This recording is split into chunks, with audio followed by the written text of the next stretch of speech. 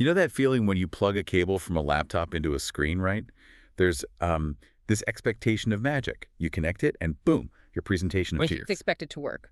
Exactly.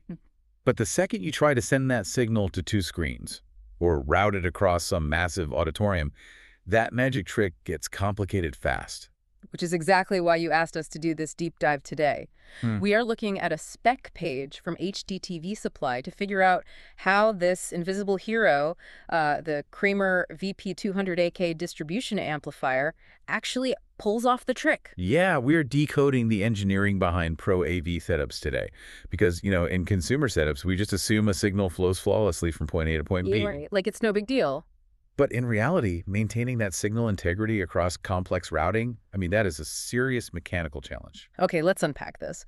Because anyone who knows their way around an AV rack knows that. Like a cheap passive splitter just halves your signal strength. Oh, absolutely. It's like splitting a garden hose. The water pressure drops, you get dim screens, ghosting, the works.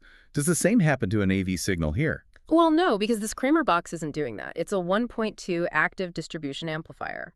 It takes a single computer graphics video input along with stereo audio and, well, perfectly duplicates it. So two outputs, right? Exactly, to two video outputs plus simultaneous balanced and unbalanced stereo audio. It doesn't lose that pressure.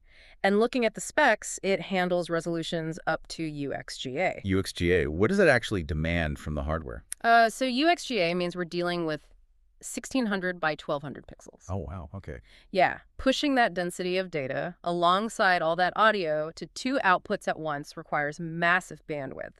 That is why the VP-200AK is built with a 510 megahertz bandwidth. Which is a lot. It is. High bandwidth basically guarantees the signal doesn't bottleneck. It ensures the video stays incredibly sharp and the audio doesn't clip. Even when pushing the hardware to its absolute limit, right? Exactly. Here's where it gets really interesting, though. The spec sheet highlights this feature called KRISP Advanced Sync Processing. I have to ask, because I've dealt with old, beat-up laptops where the projector just flat-out refuses to recognize the source. Oh, yeah. Or is this Kramer box actually rebuilding that handshake signal from scratch, or is it just loudly amplifying whatever degraded garbage is already coming out of the computer? What's fascinating here is that it actively repairs the garbage. It doesn't just copy a bad signal and make it louder.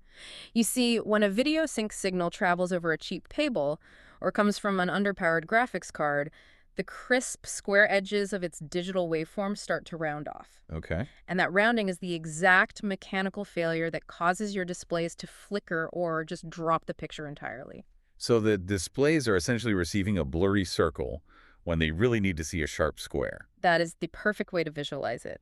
The KRISP technology acts like a real-time digital stencil. Yeah, it monitors the incoming degraded waveform and actively redraws those sharp square edges before sending it out. Wait, it actually redraws it? It does. It completely restores the sync signal so the displays receive perfectly timed data.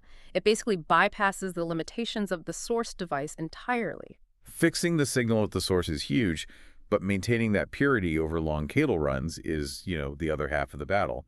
The specs list built-in EQ, like peaking control and audio gain controls.